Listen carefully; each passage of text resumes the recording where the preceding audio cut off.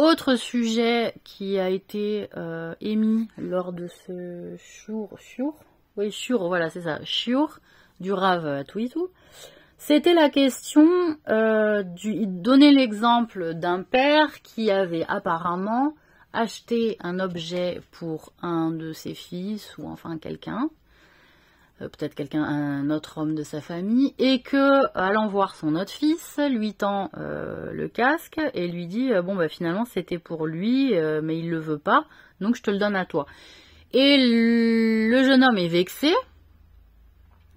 Il est vexé, pourquoi? Eh bien parce que l'intention de départ n'était pas pour lui, il était pour l'autre personne, et que peut-être souvent dans les histoires de famille et de fils à père d'ailleurs, on est assez sensible de savoir ce qui est fait envers nous, le respect qu'on a envers nous, ou l'attention ou l'affection qu'on a envers nous. Et en ce sens, effectivement, on peut être vexé de ça. Pour autant, alors quand on est jeune adolescent, c'est plus compliqué, ça c'est sûr. Hein, on démarre sur des forces, on va dire, sur des forces, comment on appelle ça? Sur des forces un peu virulentes hein, quand on est ado. La colère, les sentiments d'injustice exacerbés, tout ça, bon qu'on apprend certes à maîtriser avec le temps, mais enfin, j'espère que vous avez gardé votre âme d'enfant, comme on dit, hein, voilà, à ce niveau-là. Puisque justement, c'est là où le bas blesse, c'est qu'à un moment donné, ceux qui ont perdu leur âme d'enfant et qui sont plus en capacité de défendre la justice, il y a un grand problème. Donc, là où il est intéressant, c'est que je comprends légitimement la réaction du fils, hein, en disant, mais putain, c'était pas pour moi, je prends pas les restes. Pour autant, moi, qui est ce que j'ai été et que je suis, c'est que, en l'occurrence, j'aurais pris le casque. Et j'aurais dit, merci beaucoup. Voilà. Et pas parce que j'ai pas de respect pour moi-même, ou que j'accepte qu'on me traite comme de la merde, pas du tout. C'est que il a eu l'intention d'offrir quelque chose à quelqu'un d'autre, qui n'était pas pour moi, et je n'en suis pas jalouse, et que Dieu a décidé que cette personne-là n'en veuille pas, et que je suis la deuxième personne à qui le Père pense. C'est pas le résultat qu'on souhaite, pour autant c'est pas un reste non plus, c'est-à-dire c'est quelque chose de neuf qui parvient à nous, et pas après une sixième personne ou une unième. C'est-à-dire je suis la deuxième à recevoir. Et donc, je m'en sentirai pas particulièrement flattée, mais enfin, c'est un objet, c'est matériel, c'est de l'argent. Et en soi, je vois pas comment l'ego se positionne par rapport à ça, encore une fois, de dire je prends les restes. Hein. Là, à ce niveau-là, je trouve qu'il y a beaucoup d'hommes, justement, qui sont un peu injustes à ce niveau-là. Parce que nous, les femmes, par exemple, quand on se partage des habits, ou qu'il y a quelqu'un qui dit « Tiens, j'ai voulu offrir à ça, elle n'a pas aimé, est-ce que tu le veux ?» Eh ben, on le prend, en fait. C'est pas quelque chose qui, de ce que j'ai expérimenté, en tout cas avec les femmes, peut-être qu'elles ont fait semblant devant moi, puisque je sais plus où j'en suis avec elles.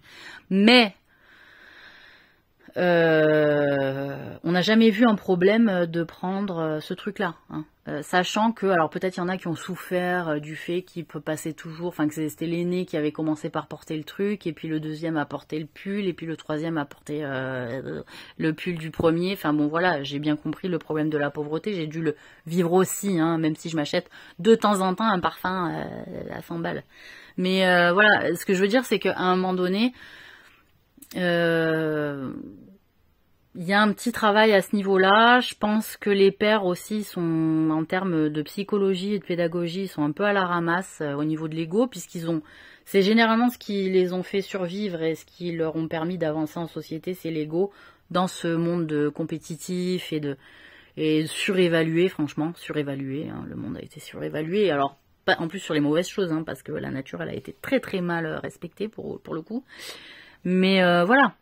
Donc moi personnellement, Je trouve que le fils quand même réagit assez mal au fait que non, je suis désolée, tu vas faire perdre aussi de l'argent, et c'est vrai que tu veux peut-être signaler que le père n'a pas fait attention au fait que peut-être tu te sentais délaissé et tu te sentais on va dire mésestimé par rapport aux frères ou par rapport au truc, par rapport au machin, et que même si parfois, il est vrai, on le verbalise auprès des parents, le parent va s'entêter malgré tout, pour l'avoir vécu sur certains points, voilà, comme si le parent ne pouvait pas se tromper, ça on l'a tous vécu aussi, donc à un moment donné, c'est quand même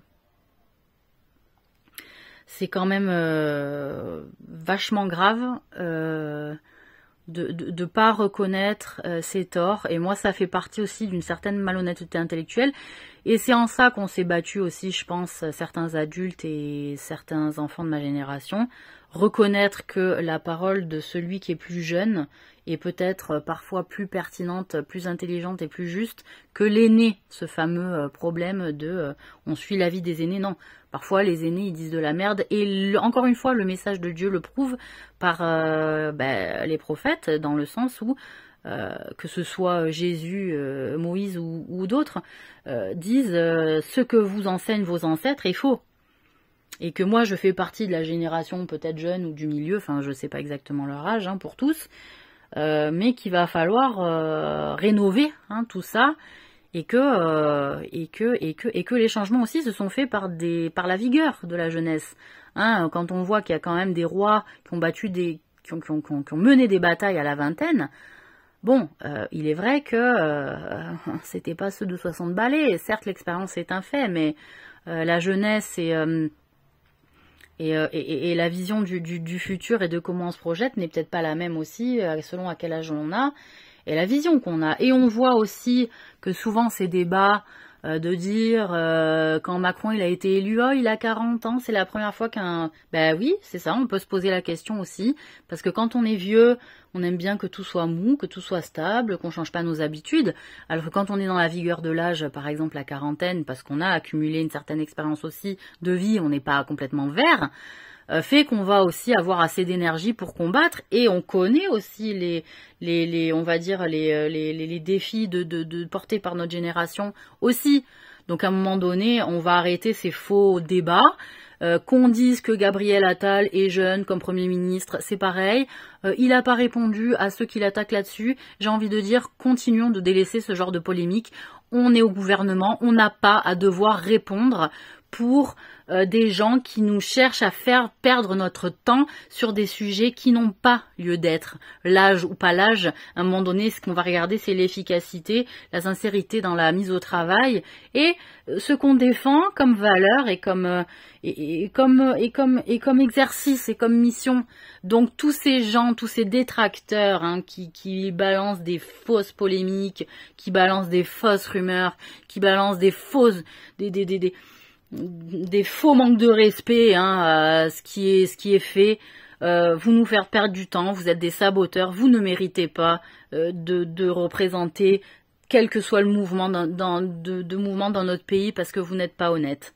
Voilà, tous les gens qui font partie à détruire le travail des autres sous prétexte de domination, sous prétexte de reprendre la main, sous prétexte n'œuvrent pas pour le peuple français, même s'ils s'en défendent, car le peuple français en a marre de ces guerres intestines entre les partis ou les groupes ou les partenaires sociaux. À un moment donné, les guerres d'ego, les guerres de vision que finalement, une fois en place, ne sont plus capables de défendre, c'est pas la peine. Vous nous avez fatigués, et je préfère que ces groupes-là soient purement et simplement dissous, et qu'on me sorte pas l'exemple de la liberté d'expression ou d'exister, parce que, à part faire du sabotage, on sait pas ce qu'ils veulent. Ce n'est pas la liberté d'expression que de dénoncer des mensonges pour voiler la réalité. Ça ne fait pas partie de la liberté d'expression. Voilà. La liberté d'expression, c'est ce que je défends, c'est-à-dire la vérité tout court. Voilà. Donc que ce soit clair avec ça aussi. Et voilà. Donc bon courage à tout le monde.